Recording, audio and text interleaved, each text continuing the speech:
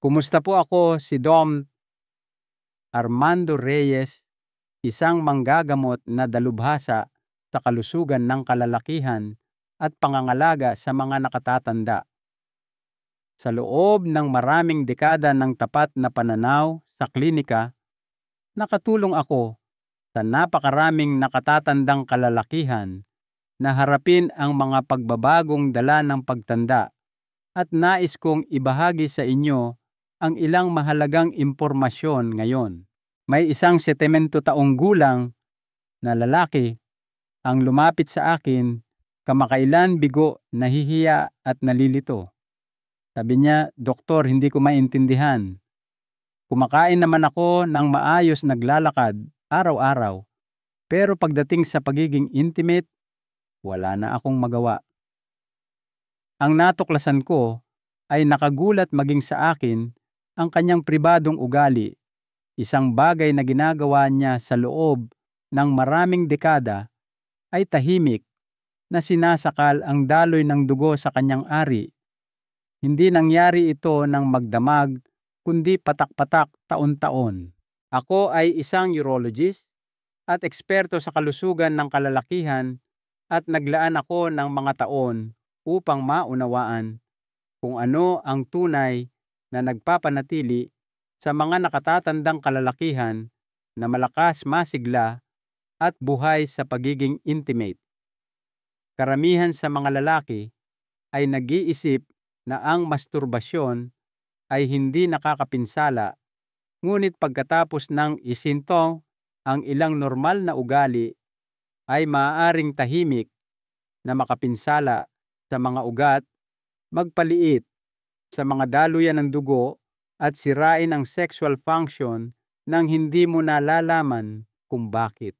Sa artikulong ito, ilalantad ko ang 4 na sikreto sa masturbasyon na unti-unting nagpapahina sa iyong sirkulasyon at nakakapinsala sa iyong pagiging intimate.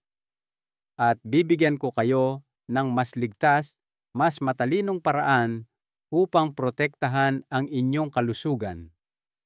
Ang unang sikreto pa lamang ay isang bagay na ginagawa ng 90% ng mga nakatatandang kalalakihan, at ito ang isa sa pinakamalaking dahilan ng tahimik na paghina ng vascular.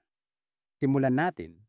Bago tayo magpatuloy, kung nakita ninyong nakakapagbukas mata ito sa ngayon, sige at pindutin ang subscribe button at i-on ang notifications. Sa ganoong paraan, hindi mo na kailanman mapapalampas ang isa pang pananaw sa kalusugan na idinisenyo upang tulungan kang manatiling malakas, intimate at independent pagkatapos ng 60. At kung kasama ko kayo, mag-drop ng 1 sa comments para ipakita ang inyong suporta o 0 kung sa tingin ninyo ay kaya kong mas mapabuti. Ang inyong feedback ay mas mahalaga kaysa sa inyong iniisip. Ngayon, sumisid tayo sa unang sikreto at ito ay kritikal.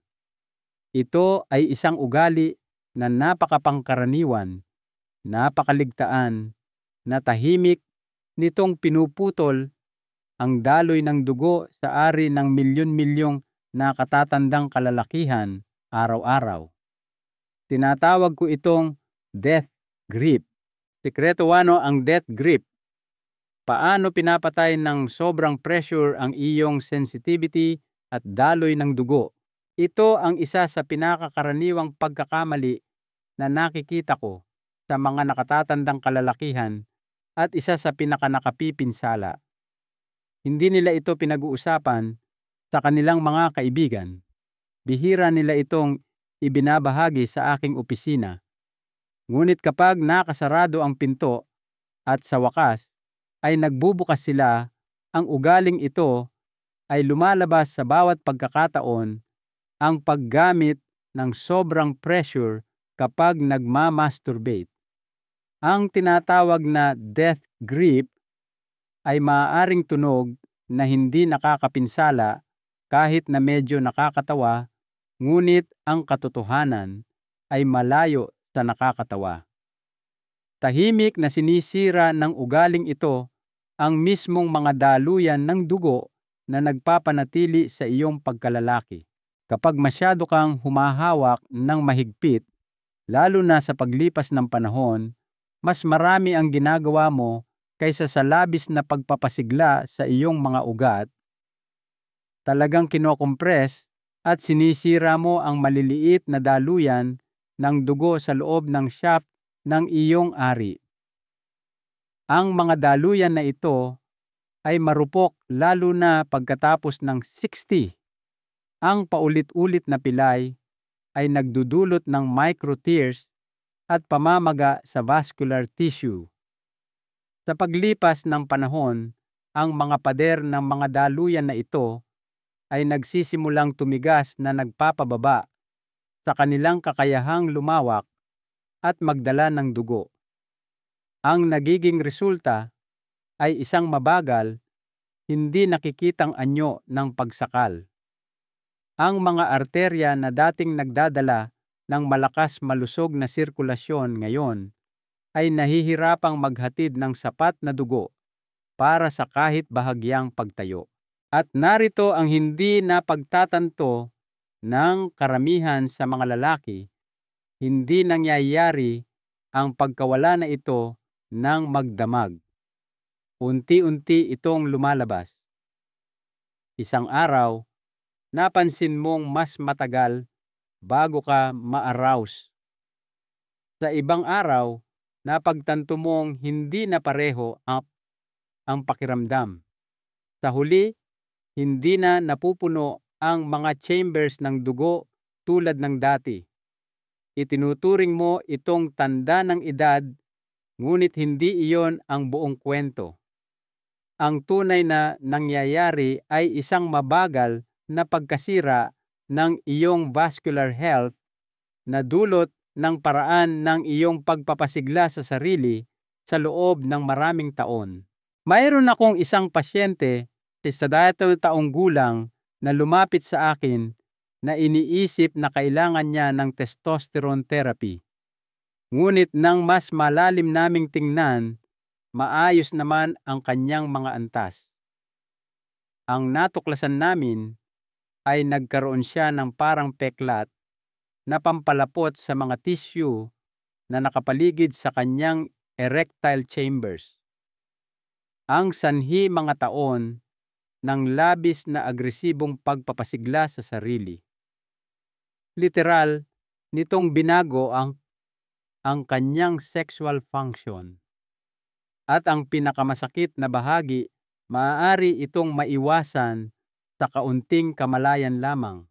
Ang ganitong uri ng pressure ay hindi lamang nakakapinsala sa sirkulasyon. Pinapatay nito ang sensitivity. Ang mga nerve endings ay nagiging hindi gaanong tumutugon na nagtutulak sa mga lalaki na mas lalong pisilin upang makaramdam ng kung ano na nagpapatuloy sa cycle ng pinsala. Nakakaapekto ito ng higit pa sa iyong katawan. Sinisira nito ang iyong kumpiyansa, ang iyong pagiging intimate, at ang iyong connection sa iyong kapareha. Tumitigil ka sa pagsisimula. Lumalayo ka ng emosyonal. Ang pinsala ay hindi lamang pisikal. Ito ay lubos na personal. Kung pamilyar ito sa iyo, hindi pa huli ang lahat. Maaari mong sanayin muli ang iyong katawan. Gumamit ng mas magaan na paghawak. Makipag-ugnayan muli sa sensasyon sa halip na puwersa. At higit sa lahat, igalang ang kailangan ng iyong katawan ngayon, hindi ang dati nitong tiniis ilang dekada na ang nakalipas. Tratuihin ang iyong ari hindi bilang isang bagay na susupilin, kundi bilang isang bahagi ng iyong sarili na nararapat sa pangangalaga, atensyon at pasensya. Ang isang pagbabago na ito ay maaaring ang pagkakaiba sa pagitan ng lumulubog na intimacy at muling pinasiglang koneksyon. Ngayon, narito kung saan ito nagiging mas nakakabahala. Paano kung sabihin ko sa iyo na hindi lamang ang paraan ng iyong pagmamasturbate ang panganib? Sa katunayan, ang hindi mo ginagamit sa mga pribadong sandaling iyon ay maaaring nagdudulot ng parehong pinsala. Karamihan sa mga lalaki ay nilalaktawan ito at nagbabayad ng malaki para sa pagkakamaling iyon. Pag-usapan natin iyan sa susunod. Sikreto 2, pagmamasturbate nang walang lubrication, ang tahimik na pumapatay sa balat. Tanungin ko kayo ng isang bagay na hindi tatanungin ng karamihan sa mga doktor. Kailan huling beses na gumamit kayo ng pampadulas sa pagpapasigla sa sarili? Para sa maraming lalaki na lampas 60, ang sagot ay hindi kailanman o hindi ko inakala na kailangan ko. At doon mismo nagsisimula ang panganib. Gusto kong mag-imagine kayo ng isang bagay. Kunin ang inyong kamay at kuskusin ito ng mabilis sa tuyong balat sa loob ng 30 segundo. Nakakairita, di ba? Ngayon, isipin na ginagawa ninyo iyon sa pinakasensitibong bahagi ng inyong katawan, kung saan mas manipis ang balat, mas marupok, at lubos na umaasa sa mga delikadong daluyan ng dugo at ugat upang gumana. Iyan ang nangyayari sa bawat pagkakataon na nagmamasturbate kayo ng walang pampadulas. At habang maaaring tila hindi nakakapinsala sa sandaling iyon, ang tuyong pagkikiskisan na ito ay isa sa mga pinakaligtaang banta sa pagiging intimate ng kalalakihan sa katandaan. Kapag nagpapasigla kayo ng walang pampadulas, gumagawa kayo ng micro-tears sa balat ng ari. Ang maliliit na sugat na ito ay maaaring hindi dumugo o sumakit, ngunit nagdudulot ito ng pangmatagalang pamamaga, pagdami ng peklat na tissue, at unti-unting paghihigpit ng mga daanan ng kapilari na naghahatid ng dugong mayaman sa oxygen sa ari. Sa paglipas ng panahon, ang maliliit na trauma na ito ay nagiging isang mas malaking bagay, pinaghihigpit ang daloy ng dugo na bawasan ang sensitivity at pagkawala ng kapunuan sa panahon ng pagtayo. Nakita ko ito mismo sa napakaraming pasyente. Isang lalaki, 72 taong gulang, ang dumating na lubos na nalulungkot sa kanyang paghina ng pagiging intimate. Sabi niya, para bang ayaw ng tumugon ng aking katawan. Hindi siya diabetic, hindi siya naninigarilyo, ngunit nang suriin namin ang tissue, may nakikitang pagnipis ng balat at nabawasan ang pagkalastiko, mga palatandaan ng matagal na micropinsala. Nagmamasturbate siya ng tuyo sa loob ng mahigit 40 taon. Hindi niya kailanman napagtanto na dahan-dahan niyang sinasakal ang mismong mga daluyan na nagpapahintulot sa kanya na makaramdam ng kasiyahan sa simula pa lamang. Ang pinakanakatakot sa kanya at ang madalas kong ipaliwanag ng dahan-dahan ay kapag pinapalitan ng peklat na tissue, ang malambot na tissue, hindi na lumalawak ang mga daluyan ng dugo tulad ng dati. Ibig sabihin, mas kaunting dugo ang pumapasok, mas kaunti ang nananatili, at ang sensasyon na dating itinuturing mong natural ay nagsisimulang mawala. Sinisimulan ng iyong katawan na tratuhin ang lugar bilang isang trauma zone.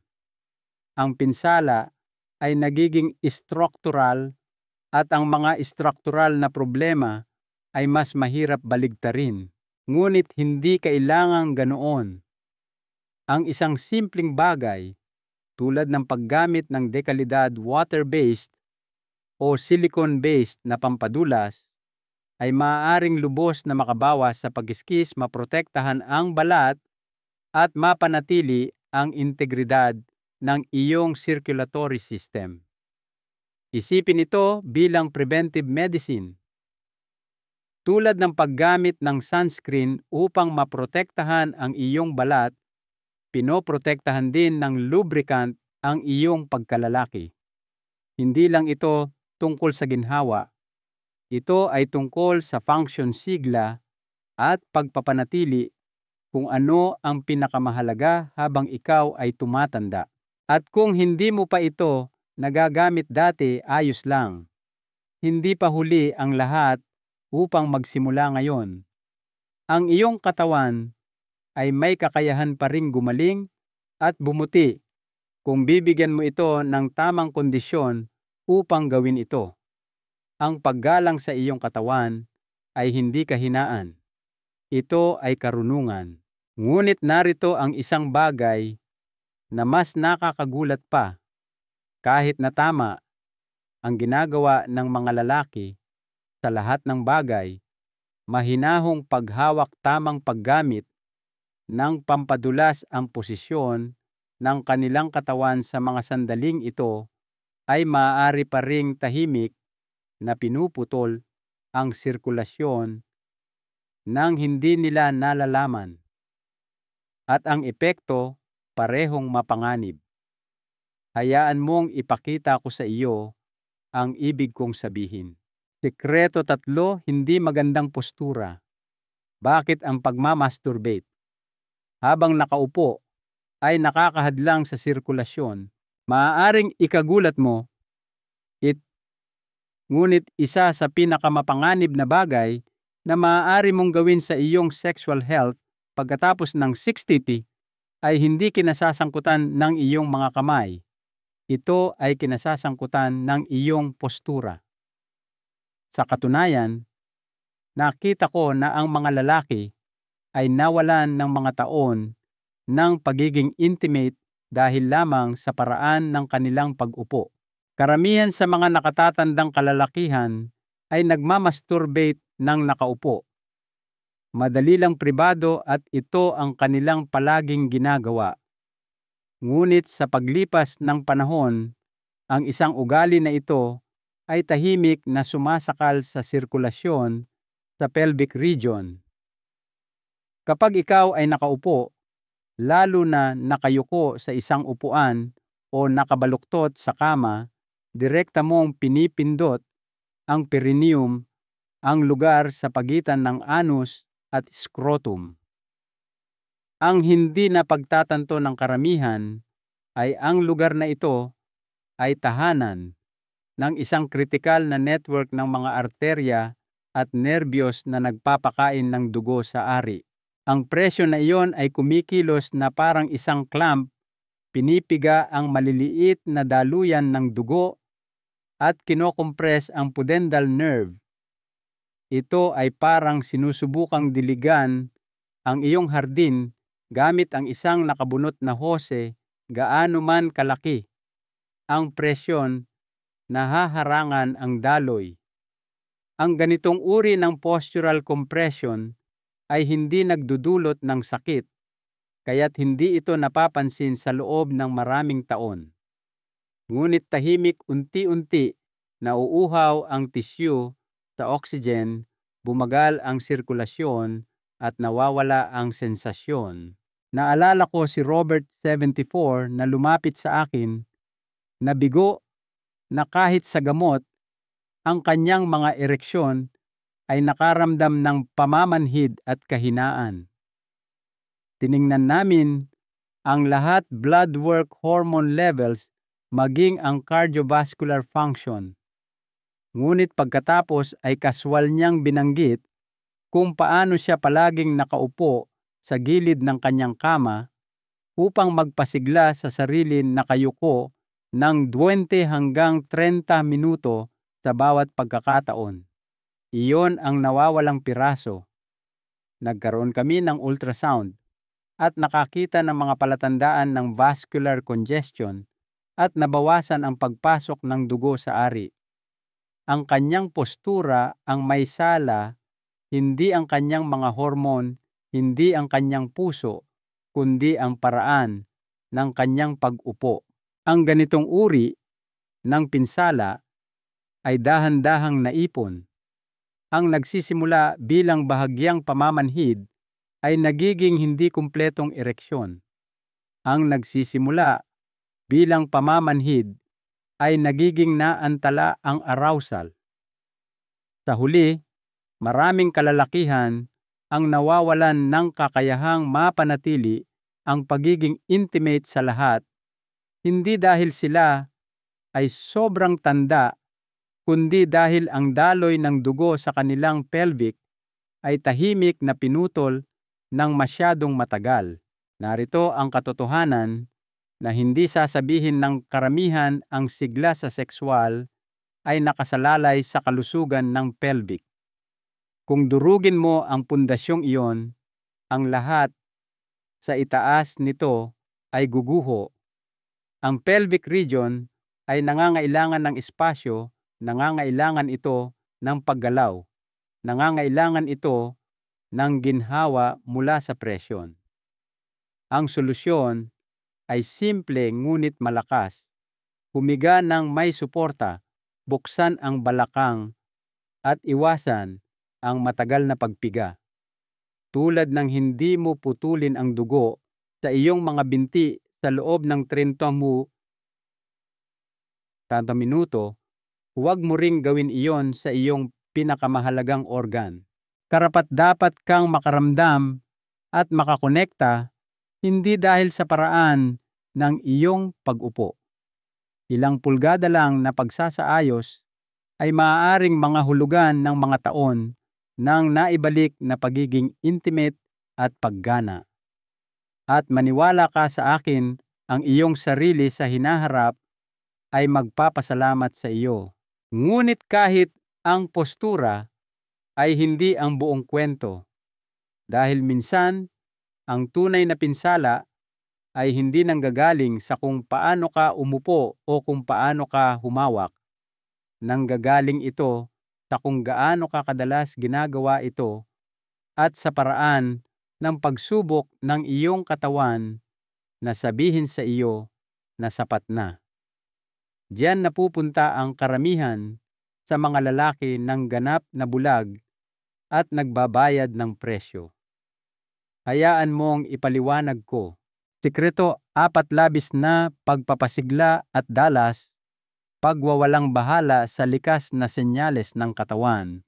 Mas mahirap itong pakinggan para sa maraming lalaki, ngunit kailangan kong sabihin ito ng malinaw. Minsan, ang pinakamalaking pinsala ay hindi sa kung ano ang ginagawa mo ng isang beses.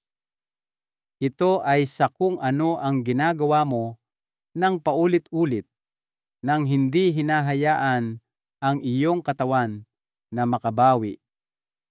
Pinag-uusapan ko ang labis na pagpapasigla, sobrang dalas ng pagmamasturbate, lalo na nang hindi iginagalang ang pangangailangan ng iyong katawan para sa pahinga tahimik na sinisira ang iyong vascular at sexual health. At sa oras na maramdaman mo ang pinsala, nakapulupot na ito. Alam ko kung paano ito nangyayari. Nagretiro ka, mas marami kang oras na mag-isa. Naghahanap ka ng ginhawa, pagpapalabas o isang bagay lamang upang punan ang katahimikan. Ang masturbasyon ay parang isang ligtas na labasan. Ngunit nang walang limitasyon, nang walang kamalayan, nagiging isang mabagal na lason ito. Ang katawan, pagkatapos ng 16th, ay hindi idinisenyo para sa parehong uri ng mabilis na paggaling na mayroon ito noong ikaw ay 30s. Ang mga daluyan ng dugo ay mas marupok, ang nervous system ay mas reaktibo, at ang hormonal balance ay mas sensitibo sa stress. Sa bawat oras na mag-climax ka, ang iyong katawan ay pumapasok sa isang pansamantalang recovery phase, ang tinatawag nating refractory period.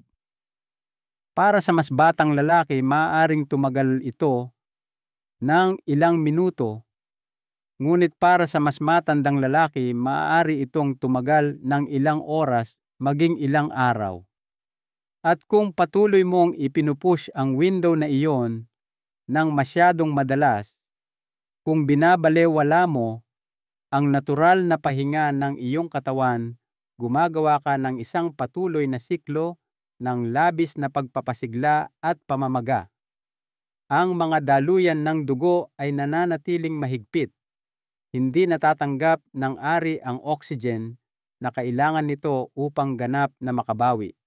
Sa maraming kaso, ito ay nagdudulot ng talamak na pelvic congestion at nerve fatigue.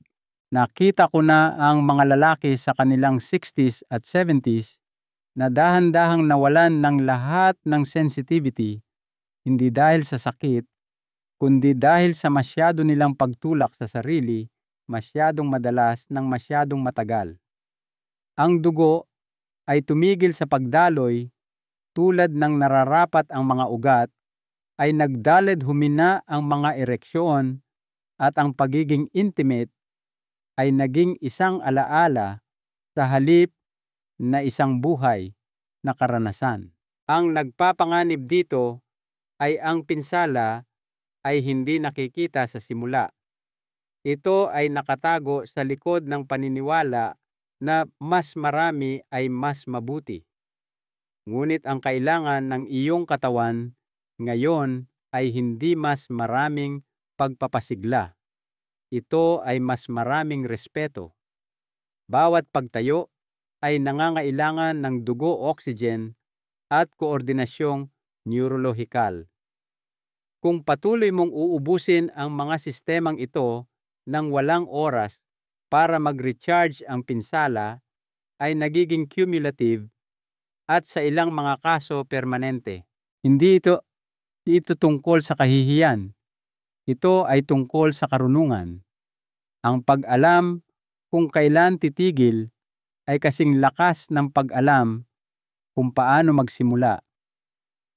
Madalas kong inirerekomenda sa mga nakatatandang kalalakihan na bawasan ang kanilang dalas sa 2 hanggang 4 na beses sa isang linggo, depende sa kanilang enerhiya, sirkulasyon at paggaling. Bigyan ng pagkakataon ang iyong sistema na gumaling. Hayaan ang iyong pagnanais na bumalik ng natural sa halip na pilitin ito. Ang mga gantimpala ay mas malaking sensitivity, mas malakas na ereksyon, at isang bagong koneksyon sa iyong kapareha, hindi lamang pisikal kundi emosyonal. Dahil sa puso nito, ang pagiging intimate ay hindi lamang tungkol sa pagpapasigla. Ito ay tungkol sa pagiging naroroon kamalayan pakiramdam ng mas marami, hindi lamang paggawa ng mas marami. Kung bibigyan mo ang iyong katawan ng espasyo upang huminga, magugulat ka sa kung ano pa ang kaya nitong gawin anuman ang iyong edad. Ngayon, maaaring nagtataka kayo kung ang mga ugali na ito ay nagdulot na ng pinsala. Huli na ba para baligtarin ang mga bagay? Ang sagot ay hindi. Sa katunayan, may mga napatunayan at praktikal na estratehiya na makakatulong na maibalik ang daloy ng dugo, mapabuti ang sensitivity at magbigay buhay sa mga lugar na manhid. Hayaan ninyong ipaliwanag ko sa inyo kung ano ang talagang gumagana. Ang landas tungo sa pagbawi. Ibalik ang sirkulasyon, sensasyon, at pagiging intimate. Pagkatapos ng 60 marami akong ibinahagi sa inyo ngayon, at kung meron man sa mga ito ang nagpatigil sa inyo, kahit sandali, Hayaan ninyong tiyakin ko sa inyo, hindi kayo nag-iisa at hindi pa huli ang lahat. Gaano man katagal kayo namuhay sa mga ugaling ito, nais pa rin gumaling ng inyong katawan, nais pa rin dumaloy ng inyong dugo, nais pa rin kumonekta ng inyong puso. Ang landas tungo sa paggaling ay hindi komplikado, ngunit nangangailangan ito ng intensyon at kaunting tapang upang magbago. Simulan sa pagbabago ng inyong pananaw sa pagpapasigla sa sarili. Hindi lamang ito isang pribadong gawain. Bahagi na ito ng inyong routine sa kalusugan ngayon. Gumamit ng magaan na paghawak, hindi dahil sa kahinaan, kundi dahil nakasalalay dito ang inyong sirkulasyon. Maglagay ng pampadulas ng sagana bilang pang-araw-araw na pag-aalaga sa balat at mga daluyan ng dugo na sumusuporta sa inyong pagiging intimate. Maaaring kakaiba ito sa simula. Ngunit ipinapangako ko sa inyo ang isang hakbang na iyon lamang ay nagpoprotekta ng higit pa sa inyong ginhawa. Pinapanatili nito ang function. Pagkatapos, baguhin ang posisyon ng iyong katawan. Mas kaunting upo, mas maraming nakahiga, buksan ang balakang. Lumikha ng espasyo sa iyong ibabang bahagi ng katawan upang ang mga arterya at ugat na naglilingkod sa iyong pelvis ay makahinga muli. Kahit isang maliit na unan sa ilalim ng iyong buntot ay maaaring magdulot ng malaking pagbabago. Ito ay maaaring tunog ng maliliit na pagsasaayos, ngunit kapag pinagsama-sama mo ang mga ito, nagiging pundasyon sila para sa mas malakas at mas matagal na ereksyon. Bigyang pansin ang dalas ng iyong pagpapasigla. Magtakda ng mga limitasyon, hindi para pigilan ang sarili, kundi para bigyan ang iyong katawan ng oras upang magbawi. 2 hanggang 4 na beses sa isang linggo ay isang malusog na ritmo para sa karamihan ng mga lalaki na lampas 6 pound. At sa halip na habulin ang intensidad, habulin ang presensya. Maglaan ng oras, magpabagal huminga. Mag-focus sa sensasyon sa halip na paglabas. Magugulat ka kung gaano ito nagiging mas kasiyasya kapag binibigyan mo ang iyong katawan ng espasyo upang muling makaramdam. Bukod sa teknika, alagaan ang iyong sirkulasyon araw-araw. Mas madalas maglakad, isi-stretch ang iyong balakang at ibabang likod, uminom ng mas maraming tubig at kumain ng mga pagkaing sumusuporta sa kalusugan ng daluyan ng dugo tulad ng beets berries, spinach at matatabang isda. At huwag matakot na kumonsulta sa doktor kung nag-aalala ka tungkol sa daloy ng dugo, pamamanhid o pagbabago sa paggana. Ang pagkuha ng suporta ay hindi kahinaan. Ito ay tanda na nagmamalasakit ka pa rin sa pamumuhay ng ganap. At higit sa lahat, patawarin ang iyong sarili. Marami sa mga ugali na pinag-usapan natin ngayon ay hindi itinuro sa iyo. Ginawa mo ang akala mong normal, ang naramdaman mong tama noon. Ngunit ngayon ay mas alam mo na. Ngayon ay maaari kang pumili ng iba. At ang pagpipiliang iyon ay maaaring magbalik ng higit pa sa pisikal na kalusugan. Maaari itong magbalik ng kumpiyansa, koneksyon, at maging kagalakan. Hindi ka masyadong matanda, hindi ka sira, hindi ka patapos. Ito ang iyong pagkakataon upang bawiin ang mahalaga. At bawat hakbang na iyong gagawin, bawat pagbabago na iyong gagawin ay makakatulong na magdala ng mas maraming buhay, mas maraming sensasyon, at mas maraming pagkalapit sa mga darating na taon. Kung binabasa mo pa rin ito at handa ka nang simulan ang paglalakbay na ito, ipaalam sa akin sa pamamagitan ng pag-type ng "handa na ako" sa mga komento. At tandaan, minsan ang pinakamaliit na pagbabago ay humahantong sa pinakamalaking tagumpay. Hindi ito ang katapusan. Ito ang simula ng isang bagay na mas mahusay. Kung handa ka nang bawiin ang kontrol, pindutin ang subscribe at i-type ang "handa na ako" sa mga komento. Nagsisimula na ang iyong pagbabalik. Narito ang isang mahalagang aral sa buhay mula sa akin, si Dr. Reyes. Ang tunay na sigla sa anumang edad ay hindi lamang nanggagaling sa pag-iwas sa pinsala, kundi sa aktibong pagpili ng mga ugali na nagpapalusog sa iyong katawan at espiritu. Ang pakikinig sa iyong katawan ay isang lakas, hindi kahinaan. Ito ang pinakamatalinong pag-uusap na magkakaroon ka kailanman. Pakiusap ibahagi ang artikulong ito sa mga kaibigan, kapatid, ama, o sino mang lalaki sa iyong buhay na maaaring makinabang sa kaalamang ito.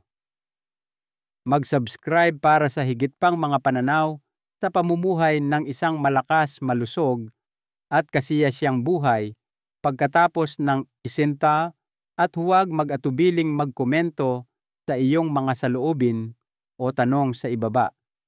Ang iyong paglalakbay sa mas mahusay na kalusugan ay isang pinagsamang paglalakbay.